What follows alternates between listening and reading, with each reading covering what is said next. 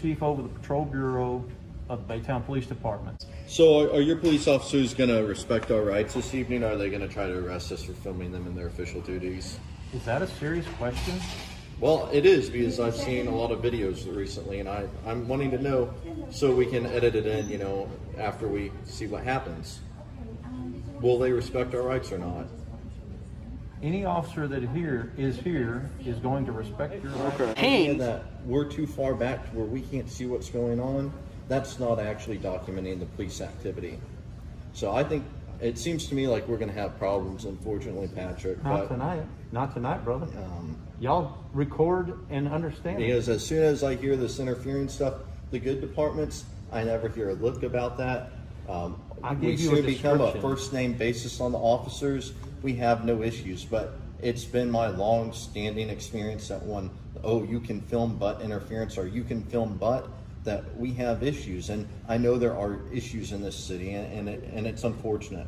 Merely recording is not interference. Yeah, but they make up interference. Oh, disorderly conduct, and get back 1,000 feet. If I go back 1,000 feet, I can't see anything. I agree with you, and there's no need to. Whoever told you to get back 1,000 feet is wrong. What's a reasonable distance? Just staying out of the way. What is staying out of the way?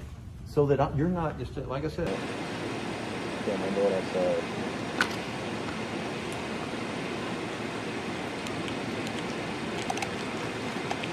Hey, y'all doing? So, is there a reason why you're all on this side of the property?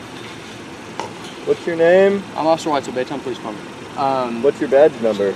My badge number 7? 17? 71. 71. 71, yes, thank you. All right, thank you, sir. So, I know y'all got your fancy cameras and all that stuff. You're messing up my exposure. Yeah. Patrick, you're messing me up. Yeah, don't script the exposure. That's what's important here. That's right. Thank you. But yeah, they're concerned about y'all filming their patient and stuff like that.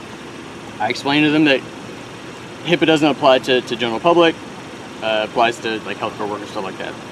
You filming whatever y'all think about it, whatever. Okay. They don't want you on this side of the property. Okay. They do want me to issue both of you a criminal trespass warning for this property. Okay. A person commits trespassing if the person enters or remains on or in a property of another without consent. With that said, the person has to be given notice that entry was forbidden, or they were asked to depart and failed to do so. I don't know if y'all were around her car or anything like that. I mean, as long as there's no damage by it, I don't see any crime there, but they do want me to issue both of you a criminal trespass warning for this property, okay? Could I have any ID or anything like that so I can issue that for you? As you will see from the video, the auditors stay on one side of the chain link fence, never entering the property of this location. Officer Wenzel brings up the possibility of the auditors being by the woman's car and the possibility of damage in that area to show a crime might have been committed, even though he sort of walks the statement back immediately. The reason for the officer bringing up the possibility of this crime being committed will become apparent later in this video. Sir? Sir? Patrick, stop it with the light. I can't see. It's so that I can see while I'm... Oh, he's doing it. It's his light. Well, please don't blind my camera, sir. I'm trying not to blind your camera. My rights. Okay. Well, what's your first name, sir? Sir? So I can issue a criminal trespass warning. That is the lawful thing that I can do. Okay. They can give me written notice. They can give me verbal notice. But you should know 3802. Okay. The auditor is quoting Texas Penal Code 38.02, which covers failure to identify. A person in the state of Texas must provide ID if they have been lawfully arrested, lawfully detained, or if the police officer has good cause to believe the person is a witness to a criminal offense. Your name? Your badge number? It's right there. It's right here, man. Is that what you tell the judge? But you're not the judge, though. So you treat the member of the public differently than you do the member of the government club? Sorry to cover you. What's that? So sorry to cover.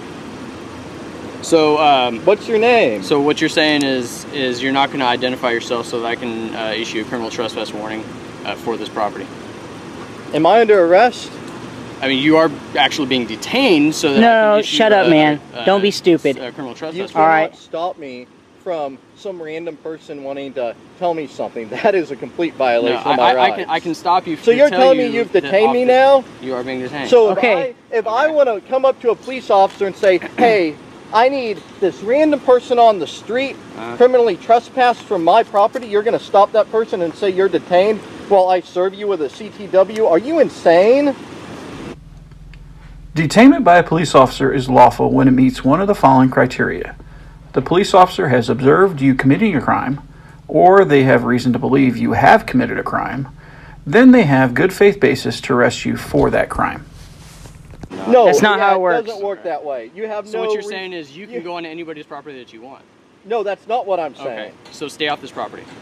Okay. Exactly. All right. You're free to Notice go. received. That's We were how it never works. detained to begin with. Hey, she could have done the same thing too. Another way you can be lawfully detained by a police officer is through reasonable suspicion. This is where the police officer believes you have committed a crime or you're about to commit a crime. Since we now know that if a person is lawfully detained, they must identify themselves to law enforcement, this is the reason Officer Wenzel floated the imaginary crime of damage to the woman's car earlier in the video. Through many court cases, including 1969's Supreme Court decision in Frazier v. Cupp, it has been upheld that officers can be misleading or lie when seeking information from a suspect. Officer Wenzel was trying to intimidate the auditors into believing they did something wrong, therefore they would be compelled to identify themselves. Sir, you need to identify.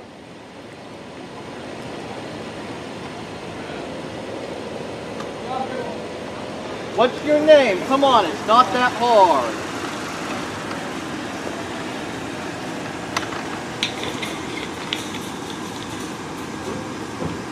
Wow, Baytown's out of control. Well, overall, in my opinion, News Now Patrick and Justin Pulliam get 4 out of 5 stars. They both stood their ground with the officers and were able to articulate their positions clearly.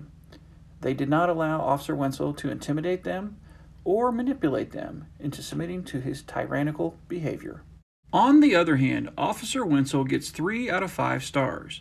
He tries to make small talk with the auditors at first to put them off guard. Then he tries to scare them with the threat of criminal trespassing. Officer Wenzel did float an imaginary story about vehicle damage to try to intimidate the auditors into giving up their identifications.